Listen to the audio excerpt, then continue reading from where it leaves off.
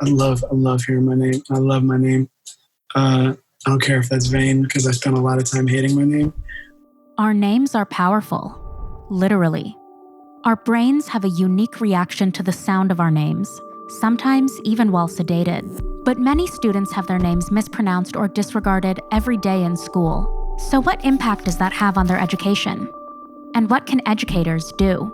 My name is Adina. Ajani. Mara. Davia. Nekbach. Lilia. Nadej Bizimungu. No. Rahdan. It's actually Nekbach, not Nekbat, Nikbi, Nikbad. The embarrassing the moment when there's a pause and you know it's because of you.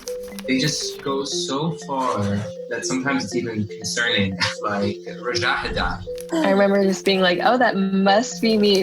Especially if they said David, everyone would laugh. I learned pretty quickly that it was easier to just go by AJ, which is something that I quite honestly regret doing now.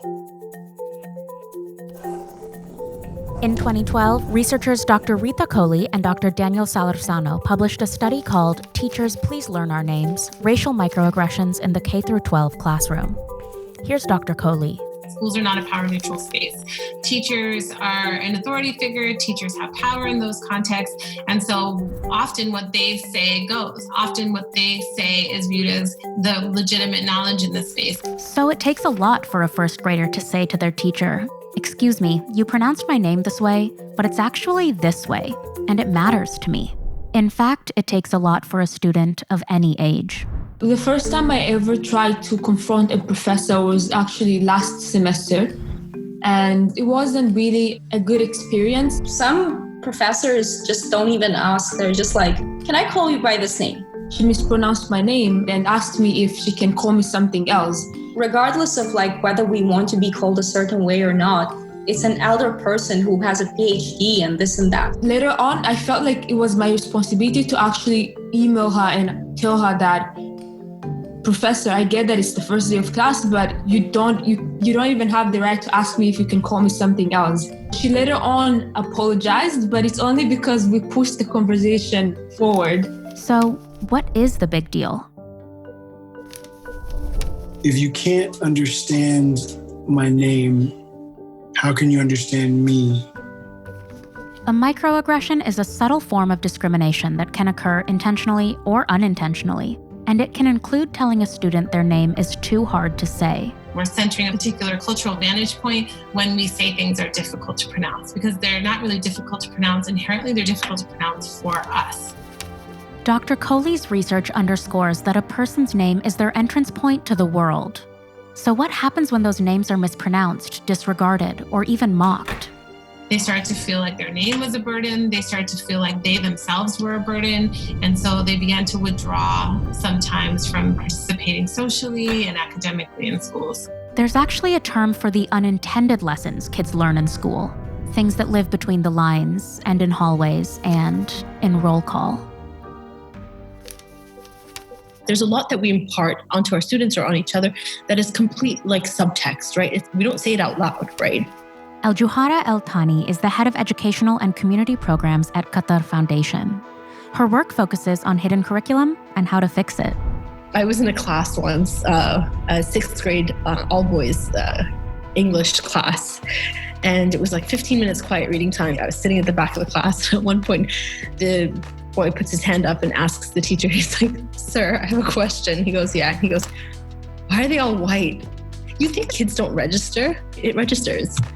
There are decades worth of studies examining how curriculum, sometimes the world over, is primarily Eurocentric, male, and upper class, with names to match. It registers. But the curriculum is not always something that's up to a teacher themselves. Learning names, on the other hand, is. You're sitting in the back row in a lecture with 200 students reading on your phone. You're going to get me calling you by name. What are you doing? Professor Susan Dunn has been teaching at Northwestern University in Qatar for over a decade. Her undergrad experience at a liberal arts college with small classes influenced her decision to memorize the names of every student in her classes, wherever she teaches, even in the 200-person lectures. For me, teaching is about a lot more than just transmission of knowledge. It's about the growth and development of human beings. And so I can be far more effective in doing that if I have at least a recognition of, know the identity of people, know their names, know a little bit of something about them, even in a large class, that they know when they walk in and I say hi and use their name, that I really know who they are. When I hear someone say my name correctly, I'd be like, oh my God, finally this person, they know how to say my name. I think in our increasingly globalized world where we have people from all sorts of walks of life interacting, that the idea that we're going to mispronounce each other's names is pretty much a given. And so the question and the challenge is to do as much as we can to figure out how to embrace each other, which sometimes starts with simply taking the time and effort to figure out how to greet each other properly. Or we're not asking teachers to be able to say everybody's name correctly the second they walk through the door. But I think there's a difference between imposing that, oh, your name is hard to say, versus I haven't learned how to say a name like this yet, but I'm working on it because you're important and your name is important, and I want to honor that in my classroom. What working on it looks like in practice might be different for every educator. What's key is allowing teachers the room to be students in this too. If we flip this around and we think about the expectation for students to learn lots of new things all at the same time, and we encourage them to fail, and we encourage them to keep trying, and we encourage them.